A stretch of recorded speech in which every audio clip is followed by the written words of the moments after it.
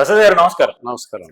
So మనం చూస్తున్నట్టయితే ప్రయాగ్రాజ్ కుంభమేళకి Steve Jobs wife Lauren Powell వచ్చింది. అక్కడికి వస్తే అక్కడ ఎవరైతే పూజారు ఉన్నారో ఆమెని కమలా అని పేరు పెట్టి పిలిచారు. అసలు ఎందుకు అక్కడ నుండి ఇక్కడికి రావాల్సిన కారణం ఏంటి?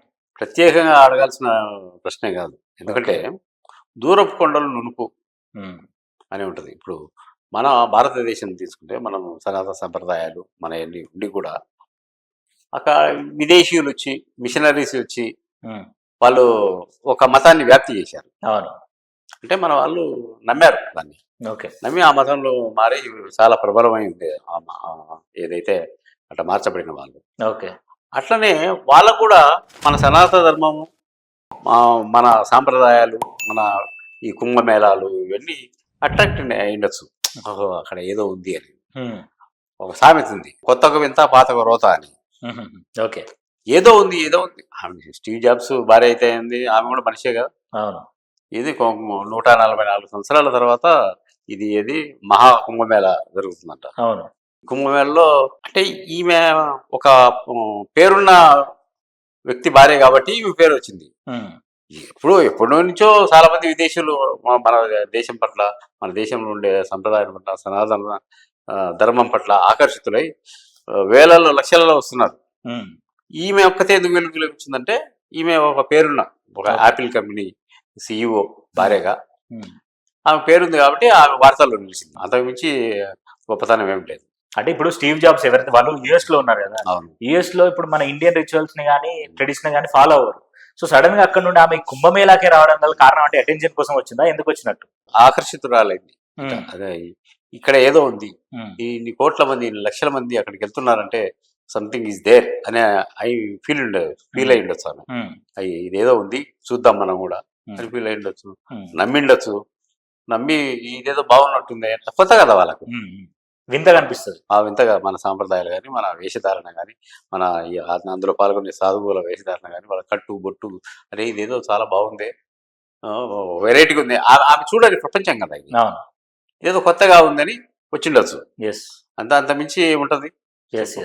సో ఆ ప్రయాగరాజ్ లో మహాకుంభమేళలో మహాస్నానాలు చేపించే పూజారులు అవ్వచ్చు, దాంట్లో ఒక పూజారి ఆమెకు కమల అని పేరు పెట్టాడు. కమల అని పిలిచాడు దాన్ని. ఆమెను పిలిచేసరికి ఇప్పుడు ఆ కమల అనే పేరుని ఆమె కంటిన్యూ చేసే ఛాన్సెస్ ఉన్నాయా? చేస్తుంది.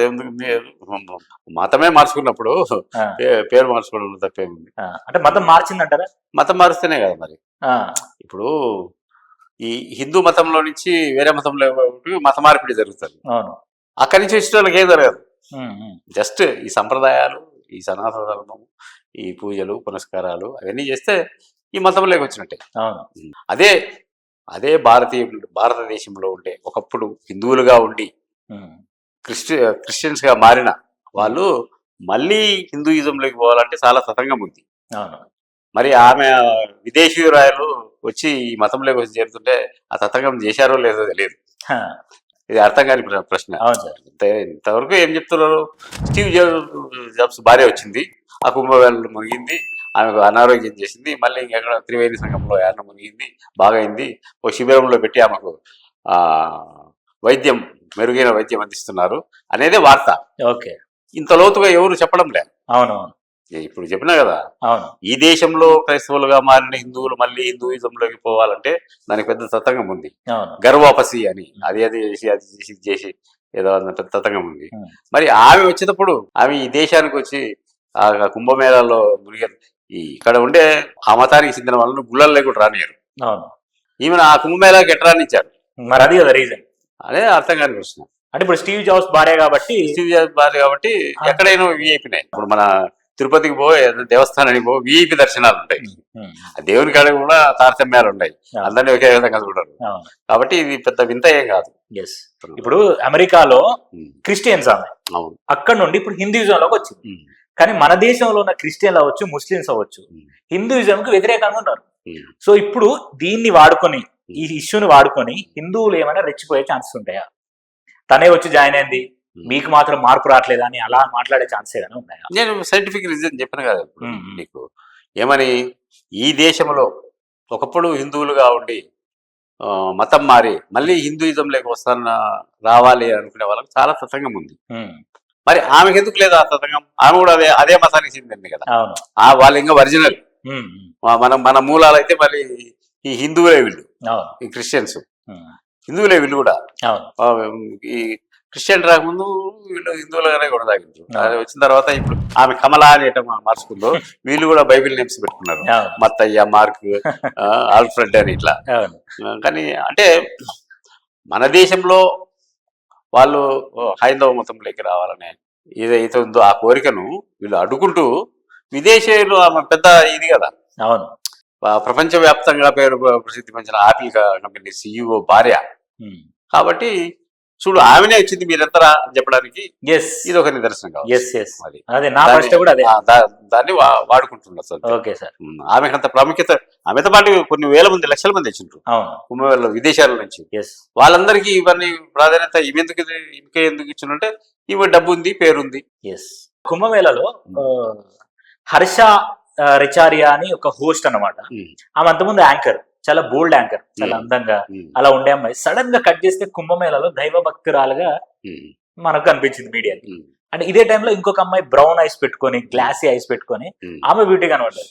సో ఇప్పుడు వీళ్ళిద్దరు చాలా వైరల్ అవుతున్నారు. వీళ్ళిద్దరు కాకుండా ఇంకొకటి ఉంటున్నాడు సార్, అక్కడ భోపాల్లోనూ పంజాబ్ లోనూ అతను IIT చదివి అక్కడ పోయి మంచి ఉద్యోగం చేస్తూ అవన్నీ వదిలేసి సాధువుగా మారి ఇక్కడ కుంభమేళ. అవునవును, IITలో చదివి 38 lakhs జీతం వస్తున్నా కూడా వదిలేసి సాధువుగా మారి. సాధువుగా మారి దీని వెనక కూడా ఆకర్షణ. ఆ దేవుడు అనేది ఒక మత్తు మందు లాంటిది, అదొక మత్తు, మతం అనేది ఒక మత్తు. ఆ మత్తులో ఒకసారి దిగినందుకు మళ్ళీ వెనక్కి రాలేరు. కాబట్టి వీళ్ళు కూడా ఇప్పుడు ఆమె హర్షారిచారి అని చెప్పారు. ఇంకొక అమ్మాయి పిల్లలు పెట్టుకుని బాగా మన సీనియర్ నటి సిల్క్ స్మిత్ లాగా ఉంది ఆమె. అంటే అందంగా ఉన్న వాళ్ళు ఎక్కడున్నా కూడా ఆశ్చర్యపడతారు. వాళ్ళు ఏం చేసినా కూడా పూసలు అమ్ముకొని, గాజులు అమ్ముకొని, లేకుంటే బఠానీలు అమ్ముకొని అందంగా ఉంది, మీడియాకి చిక్కింది, ఆమెను వైరల్ చేస్తున్నారు. అది అంటే ఎందుకంటే కుంభమేళ అనేది దైవభక్తి సంబంధించింది కదా, ఇట్లా అందాలని ఎందుకు మీడియా అటెన్షన్ ఇస్తుంది అంటారు? దానికి ఏముంది, ఏది అట్రాక్షన్ ఉంటుందో దాన్ని చూపిస్తుంది మీడియా. అది మంచిదా చెడ్డదా? ఇప్పుడు చూడు మన యూట్యూబ్ ఛానల్స్ చూడు, ఆ రాళ్ళు కొట్టుకుంటే వాళ్ళను, అడుక్కుండే వాళ్ళను, ఎక్కడ ఏమి కొంచెం విచిత్రం అనిపిస్తే తీసి వేసేస్తున్నారు. మీడియా అట్లా మారిపోయింది. మనం దానికి ఫలాని కారణంగా ఇట్లా చేశారు అని ఇతిమితంగా చెప్పడానికి ఏమీ లేదు. అవునవును. ఇప్పుడు హర్షారిచార్య అనే అమ్మాయి చాలా గ్లామర్ అండ్ బోల్డ్ గా కనిపించే ఒక హోస్ట్ అంతకు ముందు. సో ఇప్పుడు సడన్ గా దైవ భక్తిలోకి వచ్చింది. దీన్ని కొంతమంది ఏమంటున్నారు అంటే అటెన్షన్ కోసం ఇక్కడికి వచ్చింది అంటున్నారు, కొంతమంది దైవంలోకి మారితే తప్పేందని అంటున్నారు. సో దీన్ని ఎట్లా చూస్తారు మీరు? చాలా మంది బాగా అందంగా ఉన్నవాళ్ళు, బాగా ఉన్నవాళ్ళు ఆ టైం వచ్చినప్పుడు అంటే వాళ్ళకి మానసికంగా ఏం కష్టం కలిగిందో, ఏం బాధ కలిగిందో, ఈ దేవుని దగ్గరికి పోతే మాకు ఏదో రిలీఫ్ ఉంటది అని పోయి ఉండొచ్చు. ఆమెకి ఏం జరిగిందో మనకు తెలియదు, ఎందుకు ఆకర్షింపబడిందో కూడా తెలియదు. ఆమె కారణాలు ఆమె ఉంటాయి. సో మారడం తప్పలేదంట. ఎవరికైనా స్వేచ్ఛ ఉంది, మత స్వేచ్ఛ. ఎవరు ఏ మతంలో మారచ్చు, ఎవరు ఏ దేవుడినైనా పూజించవచ్చు. అది వారి నమ్మకాలను బట్టి ఉంటుంది. Okay sir, thank you sir, thank you so much. So చూసారు కదా గైస్, వీడియో నచ్చితే లైక్ చేయండి, షేర్ చేయండి, అండ్ ఇలాంటి మరిన్ని వీడియోస్ కోసం మా సోషల్ పోస్ట్ ఛానల్ని సబ్స్క్రైబ్ చేసుకోండి. Thank you.